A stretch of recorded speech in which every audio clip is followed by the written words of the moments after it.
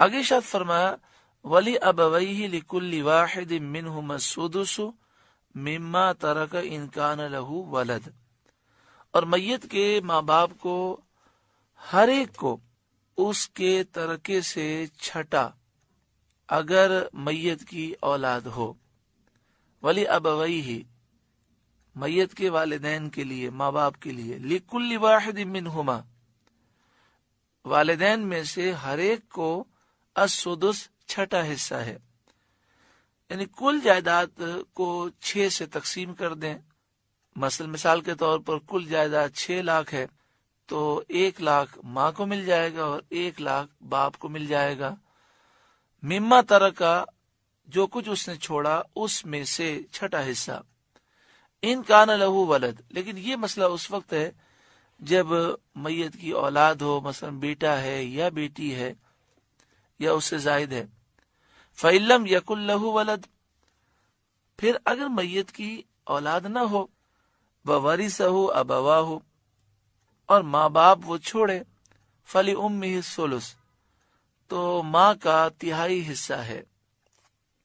اسی مسئلہ یاد رکھیں کہ اگر مرنے والے کی بیوہ بھی ہو، یعنی مرد کا انتقال ہو جائے اور اس کی بیوہ بھی ہو، تو پہلے بیوہ کو حصہ دیا جائے گا اور پھر جو بچ جائے گا اس میں سے تہائی حصہ ماں کو دیا جائے گا، اور پھر تہائی حصہ دینے کے بعد جو بچ جائے گا وہ والد کو دیا جائے گا.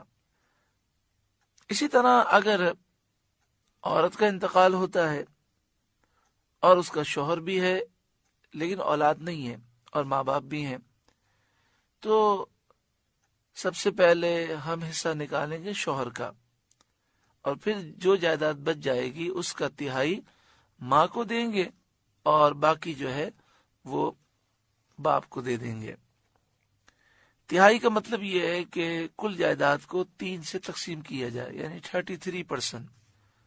یہاں جو مسئلہ بیان ہوا کہ اولاد نہ ہو تو ماں کو تہائی ملے گا، لیکن یہ مسئلہ اس وقت ہے کہ اولاد بھی نہ ہو اور کئی بھائی بہن بھی نہ ہو. اگر کئی بھائی بہن ہوں تو پھر ماں کو تہائی نہیں بلکہ چھٹا حصہ ملے گا. فَإِن كَانَ لَهُ إِخْوَةٌ، پھر اگر اس کے کئی بھائی بہن ہو، فَلِأُمِّهِ السُّدُسُ، تو پھر ماں کو چھٹا حصہ ملے گا. کہ کل جائیداد کو 6 سے تقسیم کریں، جو جواب آئے گا وہ ماں کو دیا جائے گا. من بعد وصیت یوصی بہا او دین، بعد اس وصیت کے جو وہ کر گیا اور قرض کے بعد. اچھا، اگر بالفرض کئی بھائی بہن نہ ہوں، صرف ایک ہی بھائی ہو اس کا، یعنی مرنے والے کا جس کا انتقال ہوا اس کی اولاد نہیں لیکن صرف ایک ہی بھائی ہے، تو ماں کو تہائی ملے گا، ماں کا حصہ کم نہیں ہوگا. ہاں، ایک سے زائد ہیں تو پھر اس صورت میں ماں کا حصہ وہ تہائی کے بجائے چھٹا ہو جائے گا. آباؤکم و ابناؤکم لا تدرون ایہم اقرب لکم نفعا، تمہارے باپ اور تمہارے بیٹے تم کیا جانو کہ ان میں کون تمہارے زیادہ کام آئے گا.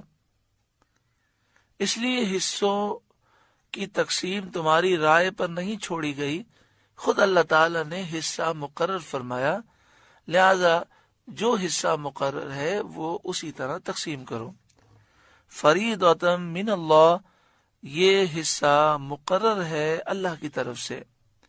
ان اللہ کان علیما حکیما، بے شک اللہ علم والا، حکمت والا ہے.